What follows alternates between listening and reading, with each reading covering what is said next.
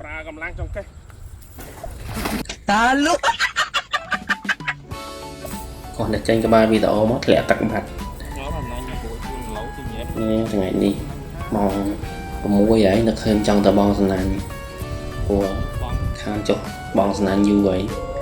ហើយគេយកសំណាញ់កូនយកបងសំណាញ់នេះតូចតែ4គីឡូកន្លះ2ផឹង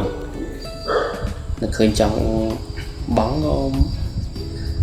យកមកបងមកព្រោះឮបងអូននិយាយថា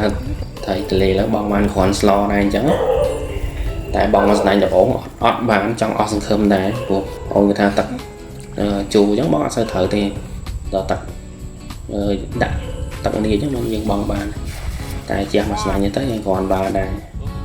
បាន4 5ត្រីដែរត្រីលិញត្រីកំពិលកូនចែងយកឈើមែនចេះតែសំបានអាចនឹងសំរួចមកស្លោធំដែរ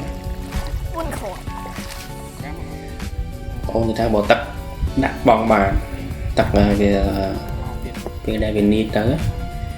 អាចដើរបងទៅកដាបានតែស្នាញ់នេះខ្ញុំមានស្ទើរ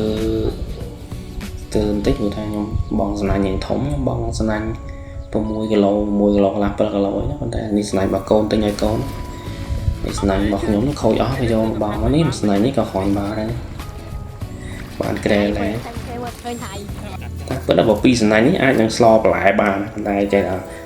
នៅបងសំទៅថៃទលេយើងធម្មជាតិសុទ្ធសាធអូយជន់លេងធំនេះដល់កន្លែងឈុតពិសេសនេះគិតថាធ្លាប់បងលើតោលើពីមុនបងលើទូកលើអីចឹងអត់ហែលអីណានេះឈរលើតយូបងសាច់ធ្លាក់ទឹកដល់បាន sorry ធ្លាក់ទឹកដែរធ្លាក់ទឹកហើយបងអត់បានត្រីទៀតមួយស្នាហ្នឹងដូចជាបានមកក្របបានត្រីមួយទូចញ៉ែឥឡូវនេះខ្លងថ្មីនេះ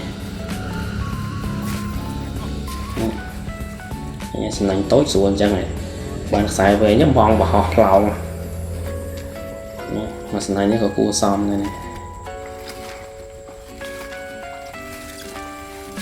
សំទៅវាស្លោធំមកសត្វថៃធម្មជាតិទោះបីវាមិនធំតែថៃនេះថៃទលេតែធម្មជាតិហ្នឹងឆ្ងាញ់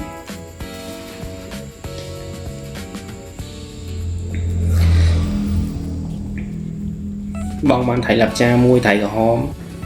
តែស្ដាយកន្លែងបងបានថៃក្រហមហ្នឹងអ្នកកាន់កាមេរ៉ាបានថតកន្លែងទៅហត់ទៅជឿននោះអញ្ចឹងកន្លែងបានថៃហ្នឹងអត់បានថតកន្លែងអ្នកមើលថា